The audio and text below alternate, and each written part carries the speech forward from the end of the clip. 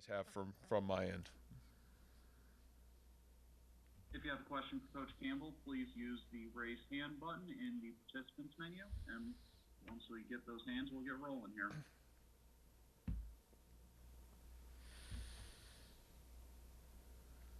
Our first question this week will come from John Schaefer of WOI. Go ahead, John. Matt, since you've been here in years past, how has the final stretch of the season, especially November, defined your team? Yeah, I think every year it's been a little bit different just because every team's been so different, and I think our situation of building this program kind of from the ground up, I think every team has had a different flow to it and different obstacles and different achievements. I think you look back to 3 years ago and you saw a team that had just kind of started to come onto the scene in October and really starting to believe it can have some success, and now trying to even just understand November football. And 2 years ago, I think we're 3-1 and had some really good successes and learned how to win in November. And last year, a young team that kind of just trying to navigate it and really feel the expectations of it. So I think we've learned a lot during the last 3 years in terms of just what every phase of the season looks like and what it means. And obviously you want to be playing meaningful football in November, and I think in a positive way we've been able to do that in this program over the last couple of years. Now, how do you maximize those opportunities, I think is where you want to take the next stage of a team and a program. So yeah, it's been fascinating, and I think we've learned a lot along the way, to be honest. So then what does it take then to elevate from really good where you've been in years past to great where you want to be? Well, I think it takes literally everybody pulling in the same direction. You have to have a team that's continuing to grow and get better. I think you have to have a little bit of luck in your health with your football team, and I think as a coaching staff and everybody within the organization pulling in the same direction. So I think those are the special teams, and those are the special programs that have the ability to have everything aligned going in the right direction at the right time. And so I think it's a little bit of all that, to be honest. Thank you. Yep, thank you. Our next question comes from Travis Hines of the Ames Tribune. Go ahead, Travis. Hey, Matt, your tight end group was obviously one that got a lot of attention before the season started, and I was just curious what your evaluation of them, both as individuals and as a group, has been to this point in the season. Yeah, I think to me, the word that I would probably use to describe that group is exceptional. I mean, what we've asked those guys to do, the amount of knowledge, understanding, adapting, and even the ability in game to adjust has been incredible. And their ability to retain those items, those ability to have the knowledge and football awareness to be able to adapt and grow. It's been tremendous, and so we're really fortunate that all three of those guys have done an incredible job. I think when you talk about each one of them individually, I think each one of them individually, are playing some of the best football of their career. So I from that standpoint, on top of the collective whole of what they're doing for us, them playing at such a high level, it's been really big for this football team. That position across the sport has really evolved over maybe the last 15 or 20 years. How do you see those guys kind of fitting into what the position has become? Well, I think the neat thing for all three of those guys is they all have the ability to in some way, shape, or form to do, what the tight end position, really good tight ends have the ability to do, and that's the ability to flex out, to play attached, to play, in a yo or an F back formation. All three can do that. All three of them, have the ability to be great pass catchers. All three of them had the ability to be really good blockers, and I think that's what's so unique about the group. And I think that's something that you say, on a global scale, what's the tight end position really become, and you look at the National Football League, it's those guys that can do all three things really well. And we're fortunate that this group has really grown and developed, and I think a lot of growth even in the last 12 months have made huge, significant strides to becoming the best they can be in all those areas. Thanks. Yep. Our next question will be from Stephen McDaniel of the Iowa State Daily. Go ahead, Stephen. How's it going, Coach? I'm just kind of curious if you have seen any kind of similarities with your coaching trajectory, like compared to Chris Clemens of Kansas State with his career start against North Dakota State and then moving to Kansas State.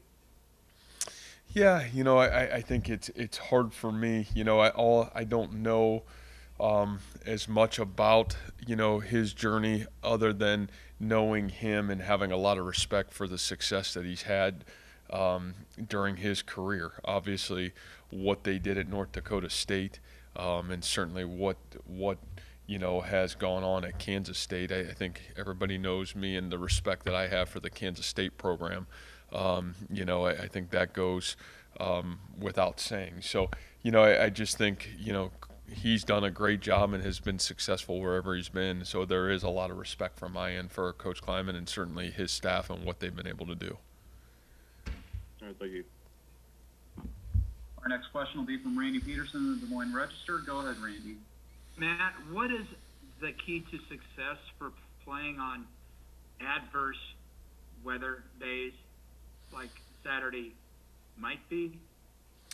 Yeah, I think, again, we've gotten it all, so I think the answer to that question is, you've got to be really fundamentally and technically sound at your craft. And I think sometimes when the weather, whether it's the surface or, the atmosphere in terms of the weather, can alter your mindset, and then all of a sudden the technical piece of your game can really go by the wayside.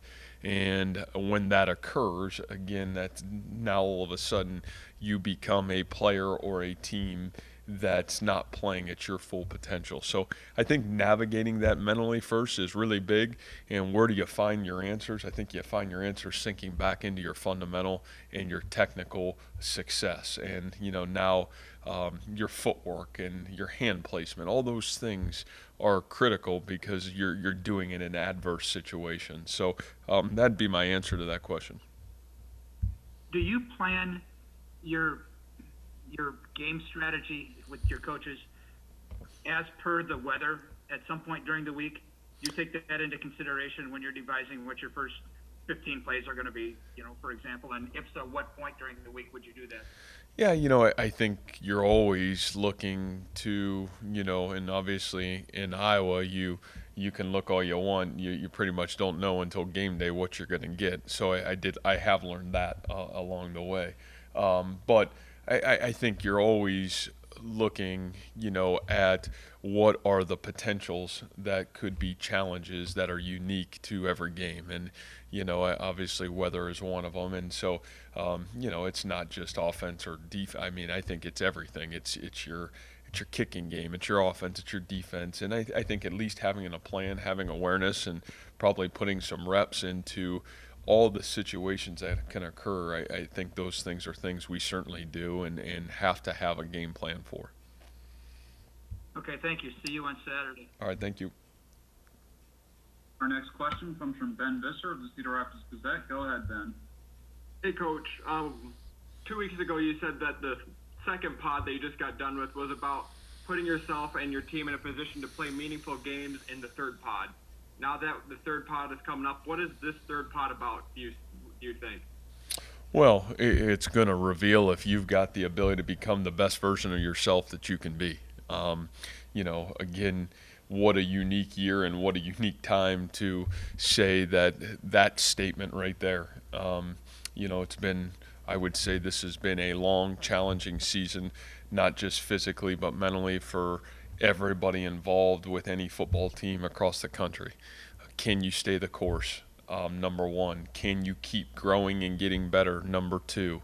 And then number three, do you have the ability, and us, for example, have 12 guaranteed quarters left of football. Like, do you have the ability to play your best and maximize your full potential in each one of those quarters? Those are the challenges that lie, at least right now, in our situation with 3 games left, 12 guaranteed quarters, and this third pod that sits in front of us. Absolutely. And you mentioned the mental aspect of it and the toll that can take. How are you making sure that your guys are staying sane, I guess? Yeah, I think we learned a long time ago, and this whole unique challenge is control what you can control. And I think, again, let's dive into what's really important. What's really important for us is the relationship with our kids. The ability to handle our academics right now. The ability to, obviously you got the holidays coming up, the ability to, navigate those things. I just think there's a lot of things that are out there right now that are really unique challenges. And so the best thing we as a coaching staff can give back to our team and our players is our relationship with our kids outside of football, and just continuing to steady those areas so inside of football they have the ability to continue to enjoy football and continue to grow and develop within the sport of football. And then the last thing for me, taking a little bit of a pivot here, we haven't asked about Trevor Downing or Tariq Milton or those guys in a while. How are they doing? What's their status going forward at the end of this season? Yeah, I think both guys are really progressing well. I would say both guys are certainly going to give themselves an opportunity to get back here at some point by the end of the football season. As of today, that's the trajectory that both guys are on. I think from all of our standpoint, it's been tough on those guys, but I'm really proud of how both of them have handled adverse situations and have really continued to progress and better themselves. And so both guys, I think, when they get back, will be the best version of themselves when this football team gets them back at some point. Thank you. Yep, thank you. Our next question comes from John Schaefer of WOI. Go ahead, John. Matt, you just touched on the academic side of things. Finals hit mid-season this year, whereas years past it's usually after the regular season wraps. How different is that for you as a staff to navigate, and how much do you stress on these guys to make sure they're getting their finals done in a timely manner so they're not having to pull all-nighters, that kind of stuff to get stuff done? Yeah, I do. I think, John, a really unique challenge. And you not only do you have finals, you got Thanksgiving, you got the end of what would be for a lot of guys in the last 9 months has been challenging, and not just for them, but certainly at home for their families. And, I just think that there's a lot on the plates of our young 18 to 22-year-olds. And I think one of the real positives in our program that we got was this past bye week, and how do you not get lost in some of the unique challenges that are out there? Well, I think you got to be proactive rather than reactive. And one thing that I am really proud of our team, and I think we had a really good plan, is using the time over the last 2 weeks to really get ahead academically, and really put ourselves in a position to navigate what the next 2.5 to 3 weeks can look like, and kind of continue to spread those stressors out in terms of not getting overwhelmed. So we talk about those things with our kids.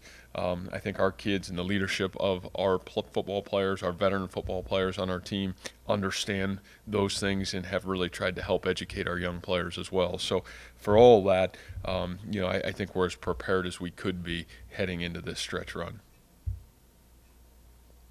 Our next question will be from Jared Stansberry of Cyclone Fanatic. Go ahead, Jared.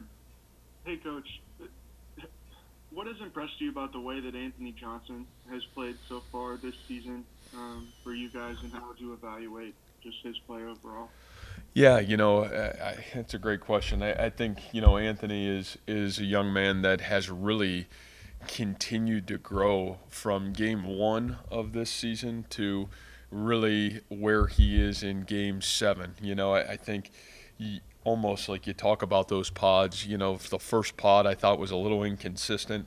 I think the last pod 2, there was a lot of consistency in his play. You saw him really get better every game and start to play really good football. And what I've talked about with him, and I think the next challenge is, man, can you be that guy consistently now through this last pod? And so I really think Anthony's on an incredible trajectory of where he's going, what it looks like, and the consistency he's playing football with. And, Anth is another one of those guys in our program that he's a relentless worker. He's a perfectionist. He's a guy that has demanded of himself to become the best version of himself he can be. And, I've really enjoyed watching his growth, not just on the field, but off the field, and who he's become and what he's become. But really proud of him and excited to watch him play, to be honest with you, here down the stretch.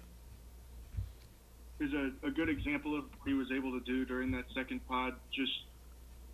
Not many cornerbacks have been able to keep Tylan Wallace from having big games against their teams, and him and Tylan had a pretty good battle there down in Stillwater. Is that a good example of that consistency that you've seen from him?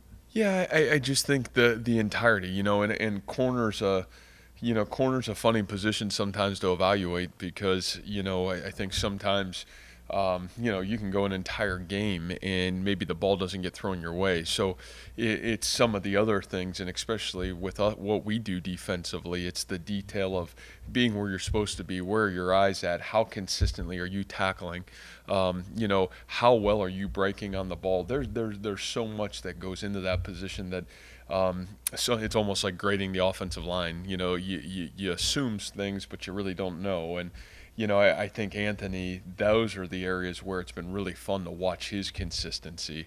And obviously in this conference, you're going to get tested because there's great receivers. And, you get to compete against those guys week in and week out. And, there were some really good ones in the last pod, and there's going to be some great ones in this pod. So, those challenges continue to await him. But I think it's all those other areas equal to rising up in the one-on-one situations. That's been really fun to watch, Anthony.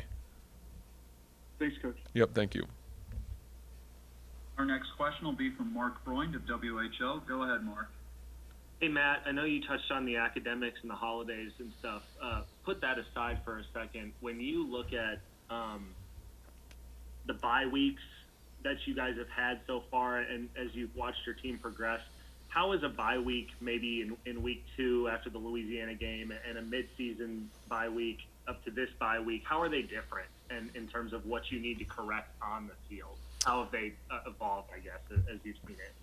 Yeah, I just think the point of when those have come, and in a lot of ways, I think this is a model that we should all look at for the health and safety of kids and 18 to 22-year-old football players moving forward, because I think this makes a lot of sense. And what we've learned along the way, I just think from a mental health and a physical safety standpoint, these have been really positive. And you're right, each bye week has come at a different point of the season for us, and I think that's been positive too. Early on, you're trying to obviously, right away out of the season, you had 3 weeks of fall camp. You're literally still in fall camp, so you were still in a fall camp mindset in that first bye week. I think the second one, you had an identity, and it was almost like a true bye week early in a normal season where you're fixing some things and continuing to progress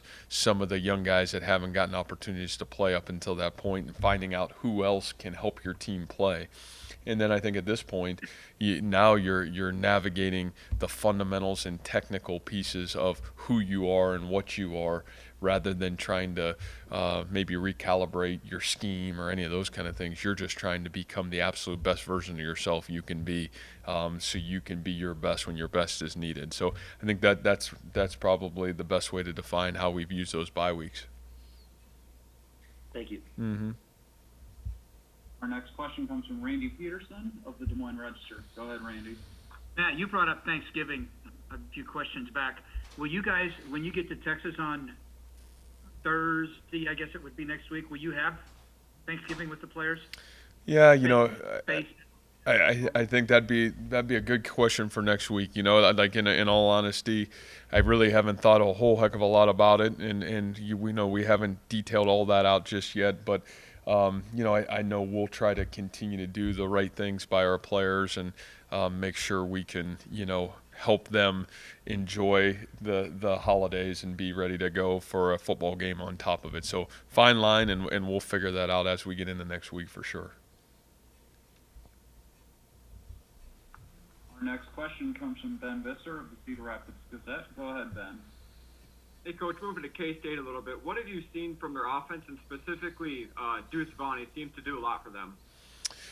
Yeah, I think a lot of respect already for a super talented young football player. I mean, you know, what he's done for that football team has been tremendous. I mean, big play after big play, the ability to catch the ball out of the backfield, the ability to run the football. I think his speed and his ability to have one vertical cut in the run game is really impressive. And you know, I think he's a dynamic playmaker. So knowing where he is and obviously understanding all the ways that he can really challenge a defense, really critical for our football team because he will make big plays and he's a true playmaker. So I'm really impressed with what he's done so far for their team. And then what have you seen from their young quarterback? Yeah, I think the thing that's probably most impressive for me is, you know, a true freshman that's come in and really hasn't played like a true freshman. And I think that's a credit to their coaching staff and obviously a credit to him that he has had the ability to go in and he's really given their team a chance to win in every football game that he's played. I think he's played with a lot of poise for a young football player. I think he distributes the ball really, really well. And most impressively is his ability to make plays with his feet. You know, he's had some huge plays in the run game, and I think a guy that has all the talent of some of the really good K-State quarterbacks that we've had the opportunity to compete against. So really impressed with him. Thank you. Mm-hmm. Our next question will be from Travis Hines of the Ames Tribune. Go ahead, Travis. Matt, I think everybody, knows right now what the situation is for Kansas State regarding their numbers. And Kleiman said earlier today just about how short they are in practice. And I'm curious from your vantage point, obviously your low testing numbers is important because it means your players are safe and healthy.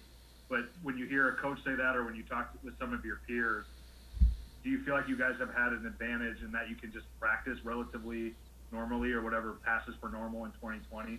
Without having numbers issues on the practice field?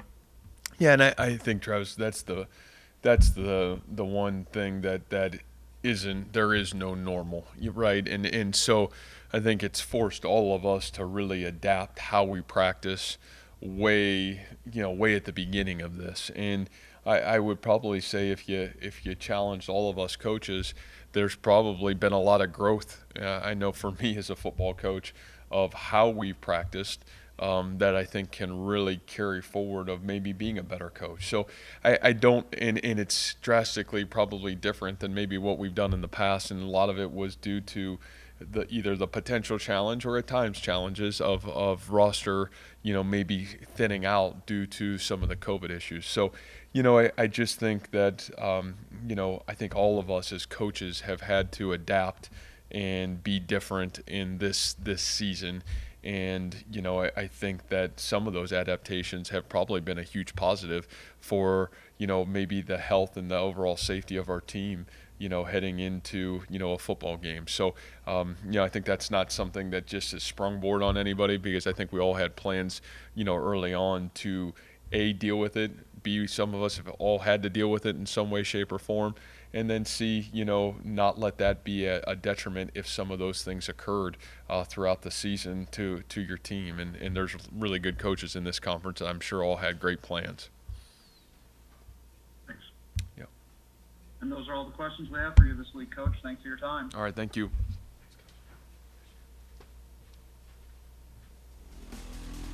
All right, our first student athlete will be Brock Purdy, and he'll be coming to the